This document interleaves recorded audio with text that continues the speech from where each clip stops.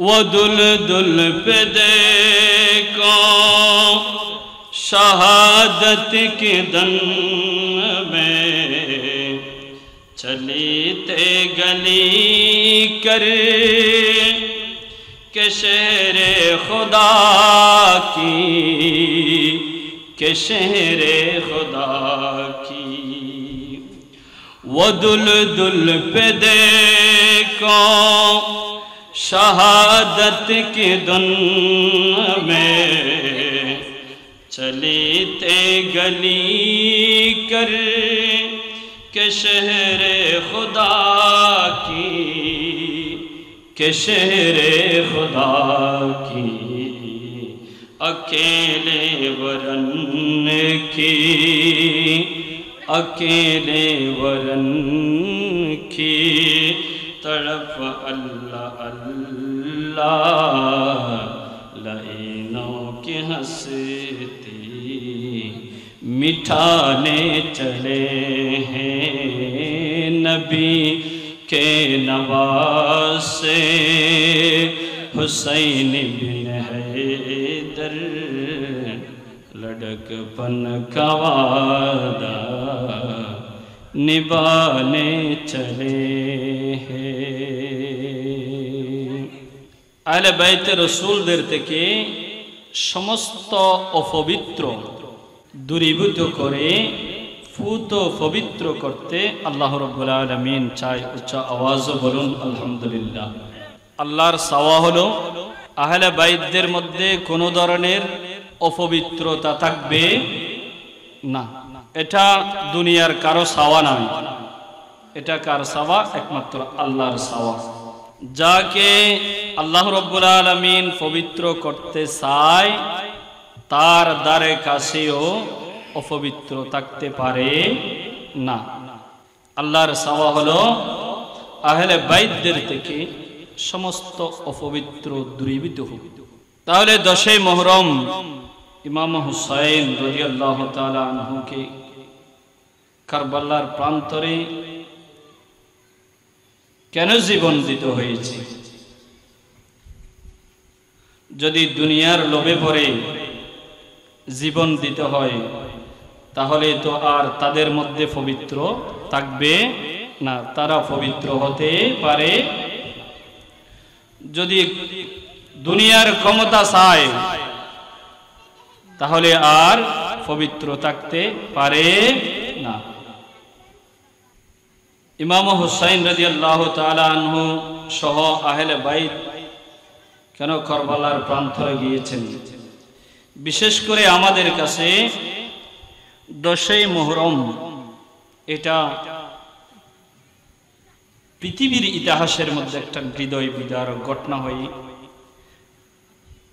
কারবালার ঘটনার পর থেকে, কারবালার ঘটনা থেকে শুরু করে আজ পর্যন্ত তথা কিয়ামত পর্যন্ত ইমানদারের অন্তরের মধ্যে এটা 10 মুহররম, মুহররম মাস যখন আসবে তখন অন্তরের মধ্যে নাড়া দিবে। সাল্লে আলা রাসূলিনা সাল্লে আলা মুহাম্মাদিন সাল্লে আলা হাবিবিনা সাল্লে আলা মুহাম্মাদিন সাল্লে আলা শফীঈনা সাল্লে আলা মুহাম্মাদিন সাল্লে আলা করিমিনা সাল্লে আলা মুহাম্মাদিন। ইতিহাস যদি আমরা দেখি, এই সৃষ্টির শুরু যা হয়েছে এবং পৃথিবীর জমিনে যত বড় বড় দুর্ঘটনা সংঘটিত হয়েছে অধিকাংশ ঘটনার সাথে মুহররমের 10 তারিখের সাথে সম্পৃক্ত রয়েছে। যেমন আল্লাহ রাব্বুল আলামিন আহকামুল হাকিমিন এই দুনিয়ার সৃষ্টির সূচনা করেছেন, সেই দিনটাও ছিল মুহররমের 10 তারিখ। হযরতে আদম আলাইহিস সালামকে সৃষ্টি করেছেন, তাও ছিল মুহররমের 10 তারিখ। আদম আলাইহিস সালাম দুনিয়ার জমিনে নেমে এসেছিলেন, এই দিনটাও ছিল 10 তারিখ, মুহররমের 10 তারিখ। আদম আলাইহিস সালামের তওবা কবুল হয়েছে, সেই দিনটাও ছিল মুহররমের 10 তারিখ। হযরতে নূহ নজিরুল্লাহ আলাইহিস সালামকে তুফানের কবল থেকে রক্ষা করেছিলেন, নাজাত দিয়েছিলেন, সেই দিনটাও ছিল, তারিখটাও ছিল মুহররমের 10 তারিখ। হযরতে ইব্রাহিম খলিলুল্লাহ আলাইহিস সালামকে নমরুদের অগ্নিকুণ্ড থেকে রক্ষা করেছিলেন, সেই দিনটাও ছিল মুহররমের 10 তারিখ। এইভাবে মুহররমের 10 তারিখের অনেক ঘটনা সংঘটিত হয়েছে। কিতাবের মধ্যে এসেছে যে 10 জন নবী রাসূলের সাথে যে মহান বড় বড় ঘটনা সংঘটিত হয়েছিল, সেই তারিখটাও ছিল মুহররমের 10 তারিখ। কিন্তু এজন্য মুহররমের 10 তারিখের আরেক নাম হলো আশুরা। আশুরা মানে 10।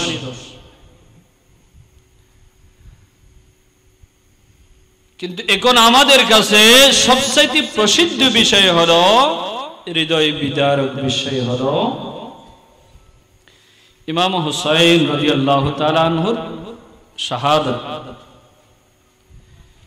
এটা উম্মতে মুহাম্মাদের জন্য এটা বিরল একটা, পৃথিবীর ইতিহাসে এমন একটা ঘটনা ঘটেছে যা পৃথিবীর ইতিহাসের মধ্যে একটা নেক্কারজনক একটা ঘটনা। মুহররম মাস, এটা হেরেম মাসের মধ্যে 4টি মাসের একটি মাস হলো মুহররম মাস। আল্লাহ রাব্বুল আলামিন 12টি মাসের মধ্যে 4টি মাসকে হারাম ঘোষণা করেছেন, তার মধ্যে একটি হলো মুহররম মাস। এই মুহররম মাস যখন আসতো, মক্কার কাফেরেরা তথা এর পূর্বের যুগের লোকেরা তাদের মারামারি, হানাহানি, যত বিভেদ ছিল, দাঙ্গা হাঙ্গামা ছিল, সব কিছু তারা বন্ধ করে দিতেন। তারা শত্রুকে শত্রু মনে করতেন না, কারো উপর আক্রমণ করতেন না, সমস্ত বিভেদ ভুলে গিয়ে তারা এই 4টি মাসের মধ্যে নিরাপদে চলাফেরা করতেন। কিন্তু কমপক্ষে পাপিষ্ঠ ইয়াজিদ এই মুহররম মাস, যে মাসকে আল্লাহ রাব্বুল আলামিন হারাম করেছেন, সে আল্লাহর বিধানকে অমান্য করে 10 মুহররম আহলে বাইতে রাসূলদের 72 জনকে নির্মমভাবে কারবালার প্রান্তরে শহীদ করে দিয়েছেন। উচ্চ আওয়াজ বলুন নাউযুবিল্লাহ।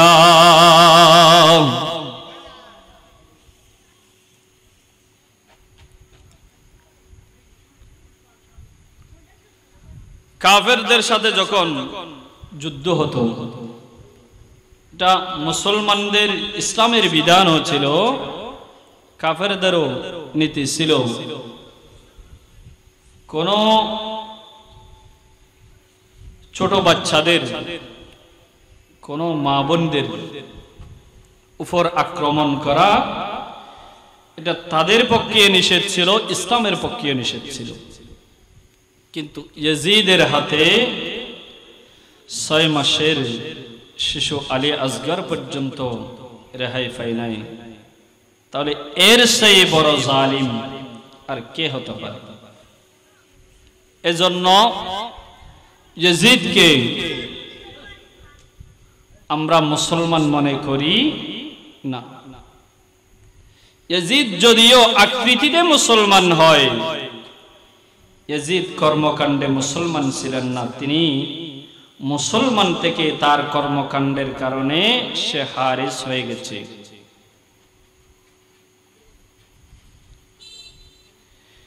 মুহররমের যে ঘটনা সংঘটিত হয়েছে, এই ঘটনা সংঘটিত হওয়ার কিছু পূর্বে আলামত সংঘটিত হয়েছিল। যে কোনো একটা ঘটনা যখন সংঘটিত হয়, সেই ঘটনার পূর্বে কিছু নিদর্শন দেখা যায়।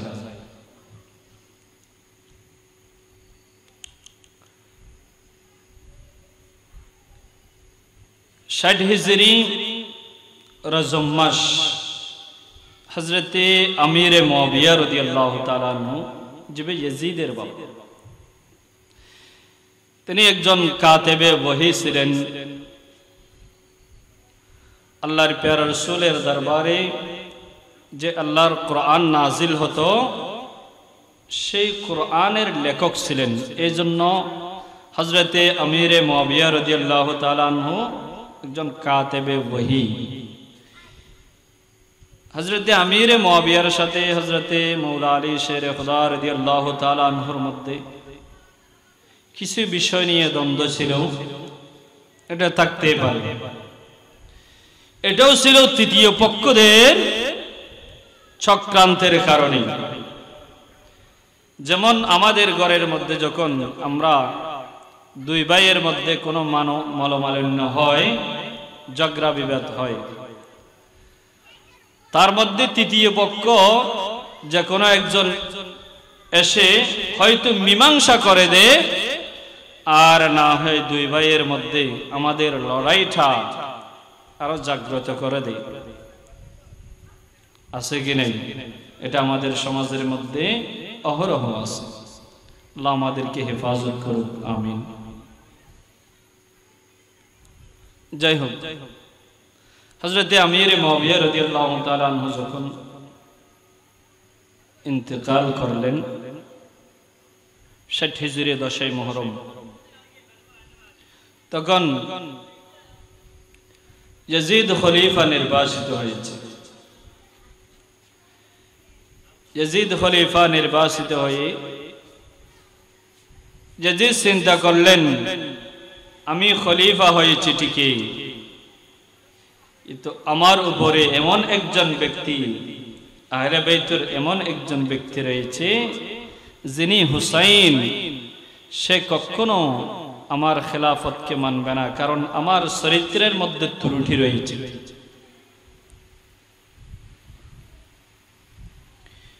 এই কারণে সে আমার খেলাফত কিছুতে মানতে চাইবে না।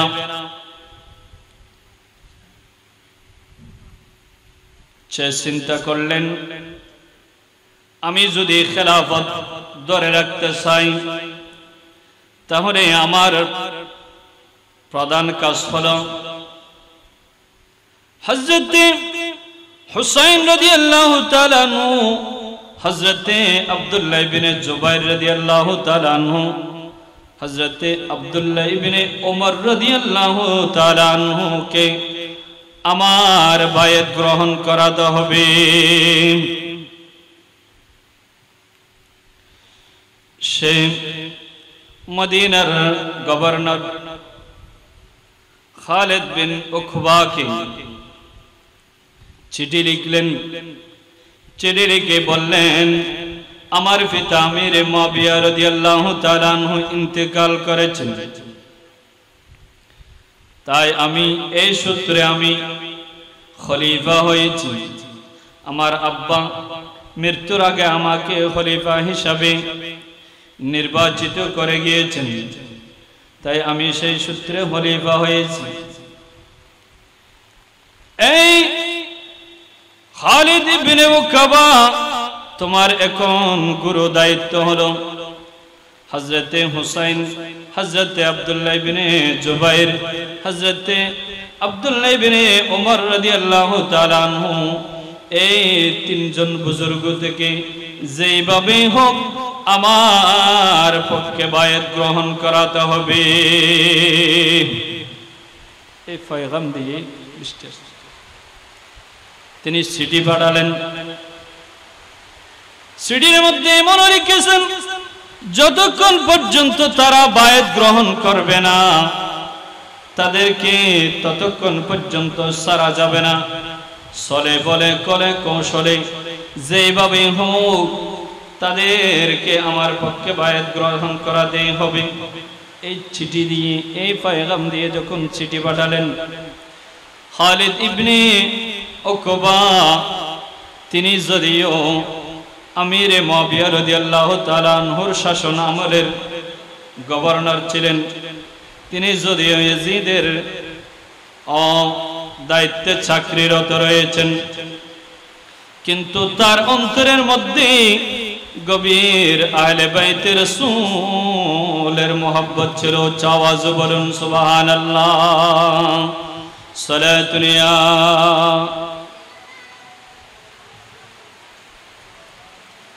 সালামুন ইয়া হাবিবাল্লাহ ইয়া রাসূলাল্লাহ আনজুর হালানা ইয়া হাবিবাল্লাহ ইসমা ক্বালানা। সালাতুন ইয়া সালামুন ইয়া হাবিবাল্লাহ আলাইকুম। এই চিঠি যখন খালিদ ইবনে উকাবা ফেলেন,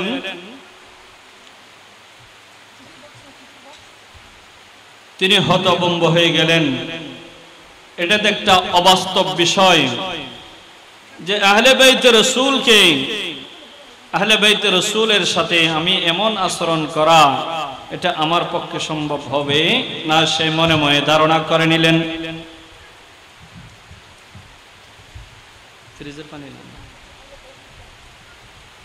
সে মনে মনে ধারণা করে নিলেন যে আমি এমন আচরণ ইমাম হুসাইনের সাথে আমি করতে পারবো না। তার উজিরকে ডাকলেন। তার উজির ছিলেন মারওয়ান। মারওয়ানকে ডাকলে পরামর্শ করলেন, ডেকে পরামর্শ করলেন মারওয়ান, হযরত আমিরে মুআবিয়া রাদিয়াল্লাহু তাআলা আনহু ইন্তেকাল করেছেন এবং ইয়াজিদ খলিফা হয়েছে।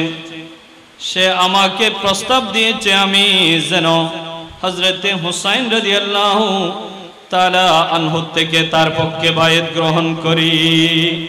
এখন কি করা যায়?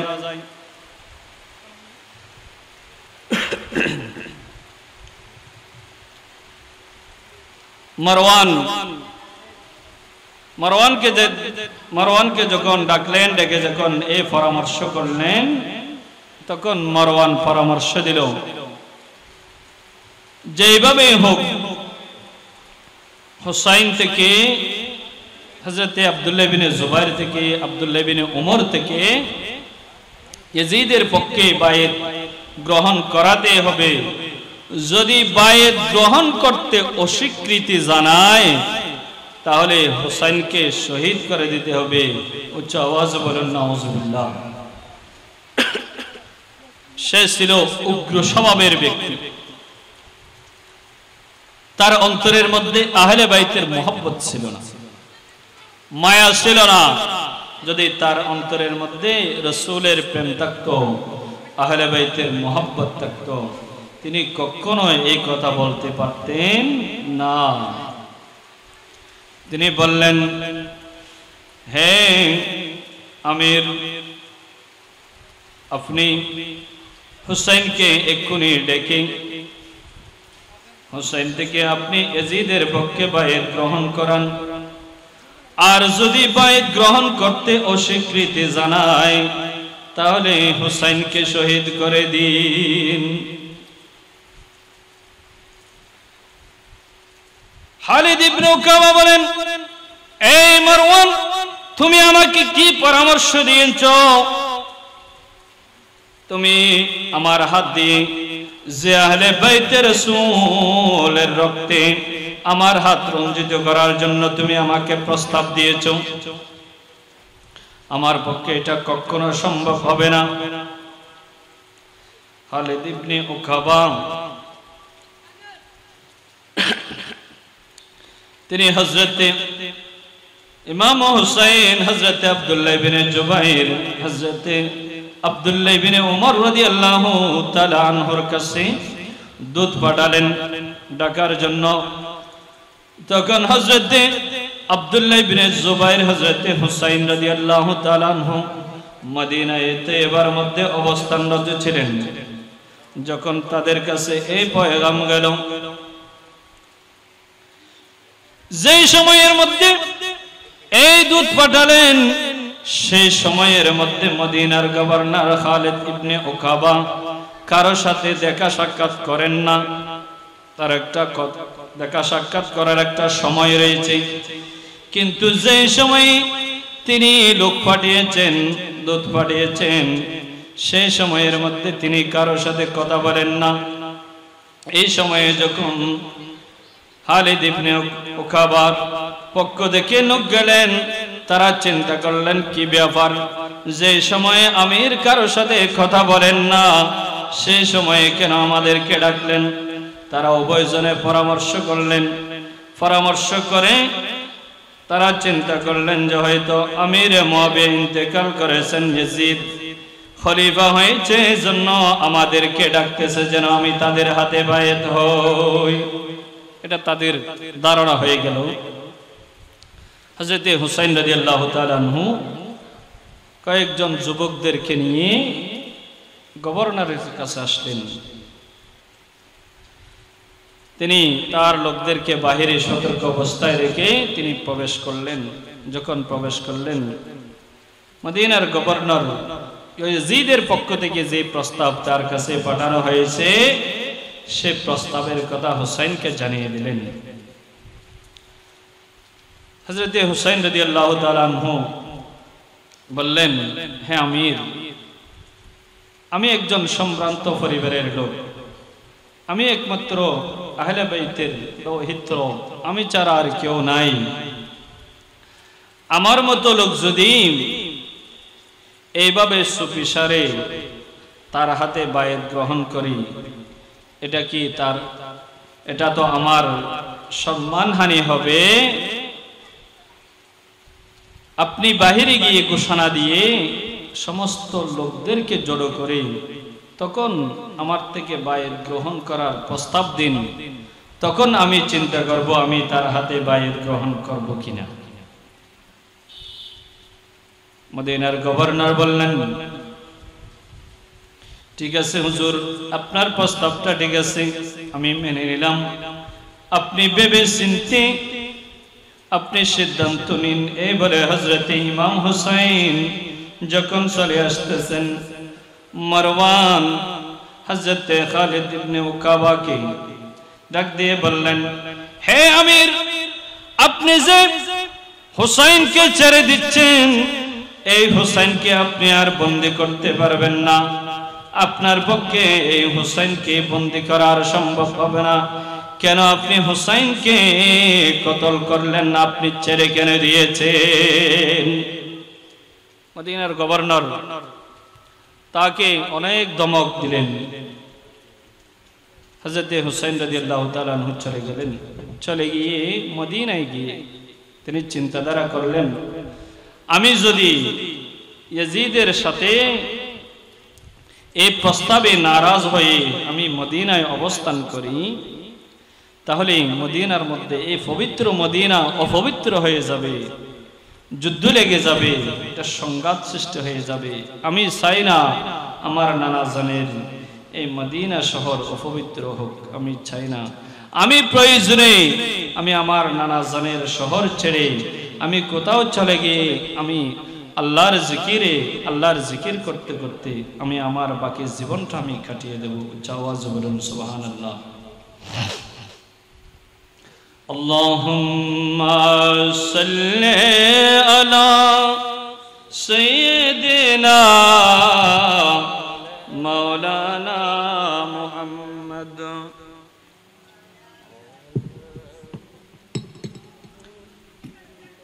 मौलाना मोहम्मद इच्छा कर ले, दयाल नबी तकते परतन अरोशे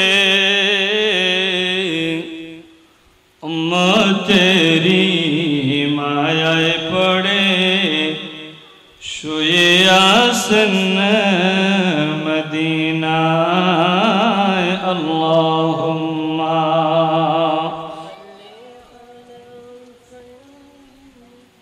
मौलाना मुहम्मद वाला अली सय्यदना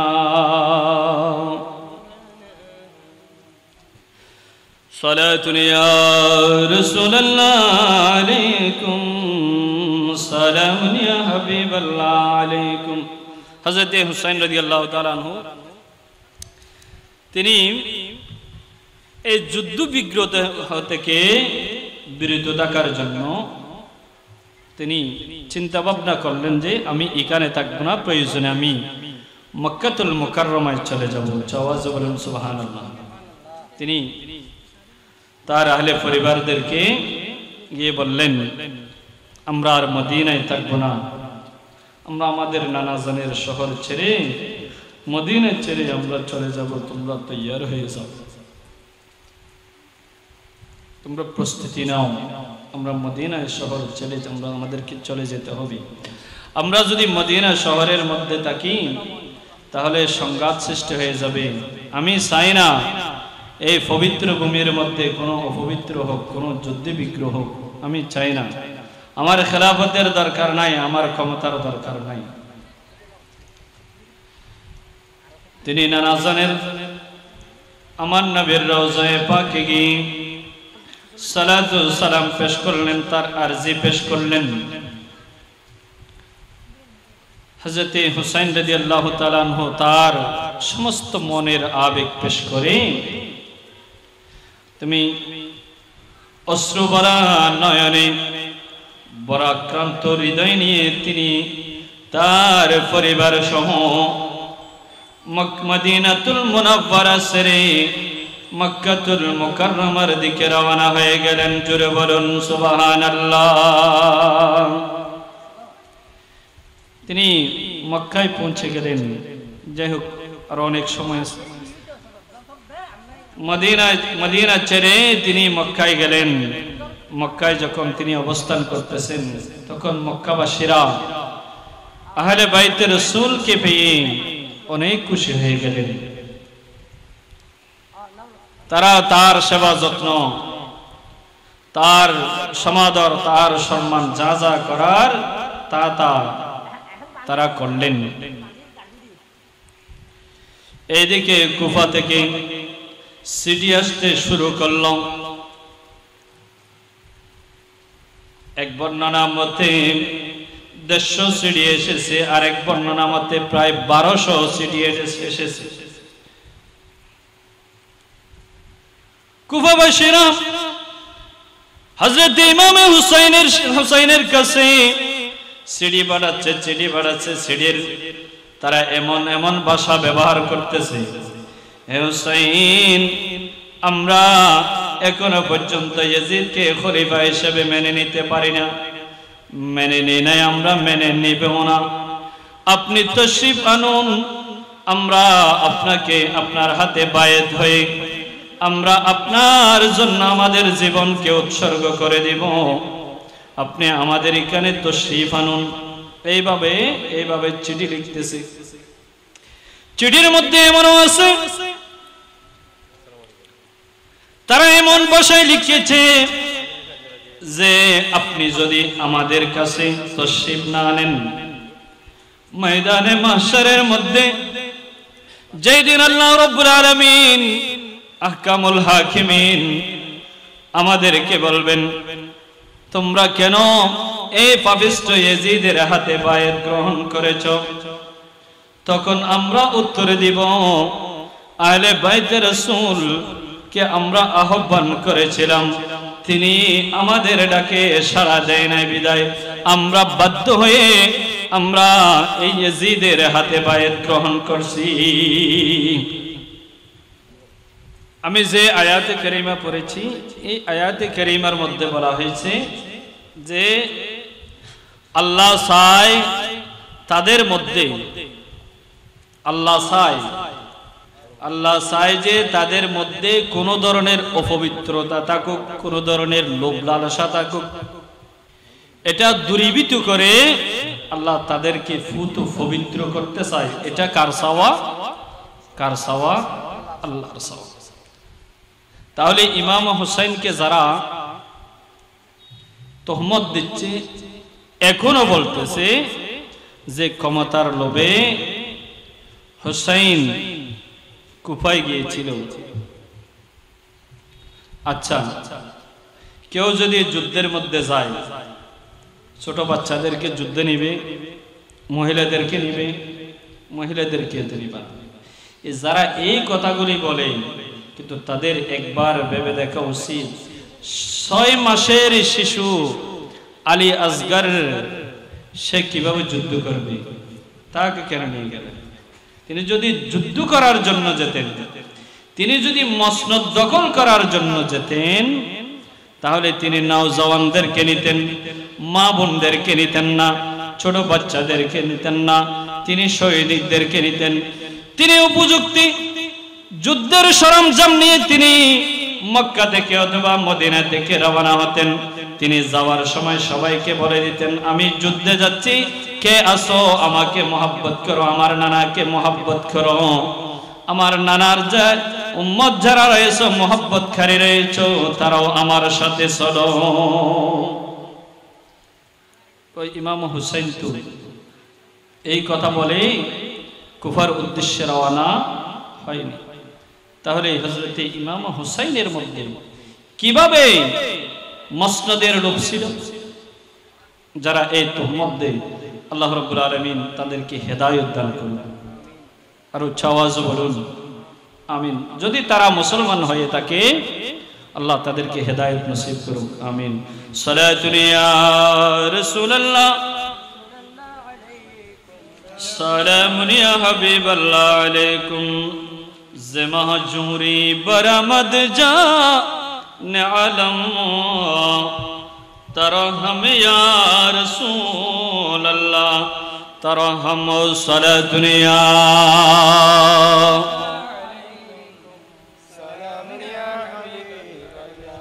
হযরতে উম্মুল মুমিনিন মা আয়েশা সিদ্দিকা রাদিয়াল্লাহু তাআলা আনহা বর্ণনা করতেছেন, আল্লাহর প্যারা রাসূল সাল্লাল্লাহু তাআলা আলাইহি ওয়াসাল্লাম একদিন একটা কালো রঙের একটা চাদর গায়ে দিয়ে আল্লাহর প্যারা রাসূল সাল্লাল্লাহু তাআলা আলাইহি ওয়াসাল্লাম বের হয়েছেন। এরপরে ফাজাল হুসাইন ইবনে আলী, হযরতে হুসাইন ইবনে আলী রাদিয়াল্লাহু তাআলা আনহু আসলেন। ফাআদখালাহু, এই চাদরের মধ্যে হযরতে হুসাইন ইবনে আলীকে ঢুকাই নিলেন। উচ্চ আওয়াজে বলুন সুবহানাল্লাহ। হাসানকে ঢুকাই নিলেন। সুম্মা জাআল হাসান, সুম্মা জাআল হাসান, সুম্মা জাআল হুসাইন, হুসাইন আসলেন।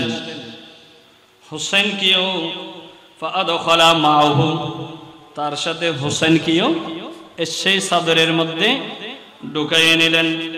সুম্মা জাআত ফাতিমা রাদিয়াল্লাহু তাআলা আনহা, হযরতে মা ফাতিমা রাদিয়াল্লাহু তাআলা আনহা আসলেন।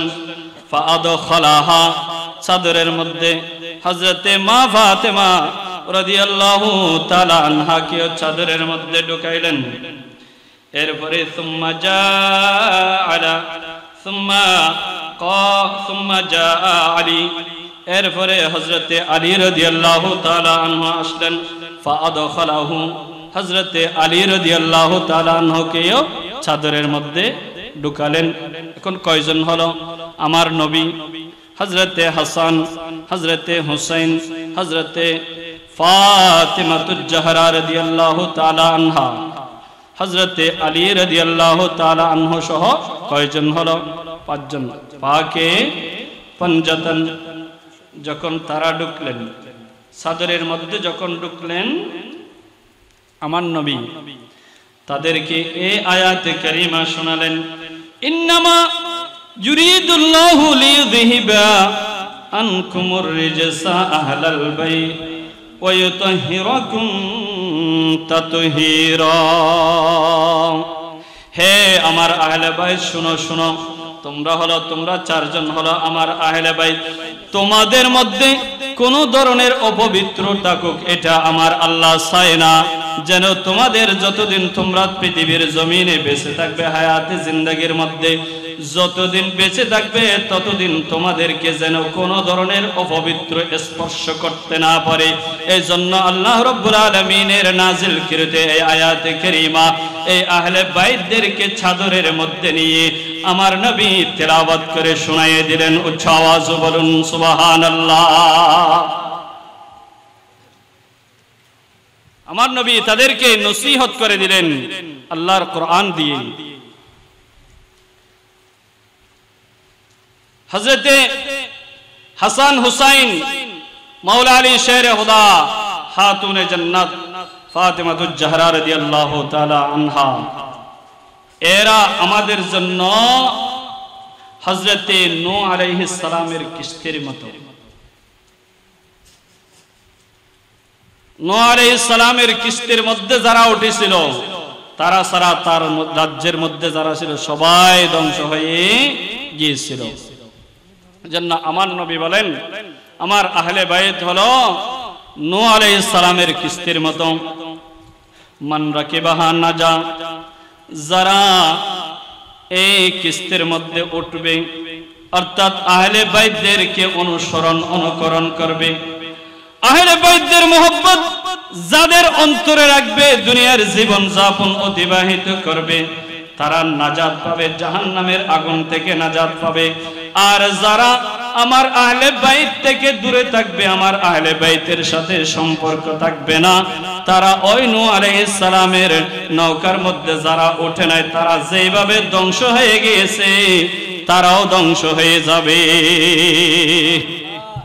আওয়াজ বলুন না সুবহানাল্লাহ। আজকের এই মাহফিল কার স্মরণে? আহলে বাইতের স্মরণে। বলেন না কার স্মরণে? আহলে বাইতের স্মরণে। এখানে যে আয়োজন হয়েছে এটা আহলে বাইতের মহব্বতের কারণে হয়েছে। আপনারা যারা এসেছেন আপনারা আহলে বাইতের মহব্বতের কারণে এসেছেন। আজকে যারা এখানে টাকা দিয়েছেন, আপনারা এখানে যারা শ্রম দিয়েছেন, এখানে যারা অর্থ দিয়ে সহযোগিতা করেছেন, এটা একমাত্র আহলে বাইতের মহব্বত অন্তরে থাকার কারণে আজকের এই আয়োজনকে আল্লাহ রাব্বুল আলামিন কবুল করুক। ময়দানে মাহশরে আহলে বাইতের সুপারিশ আমাদেরকে নসিব করুক, আমিন। ওমা আলাইনা ইল্লাল বালাগ। আসসালামু আলাইকুম ওয়া রাহমাতুল্লাহি ওয়া বারাকাতুহু।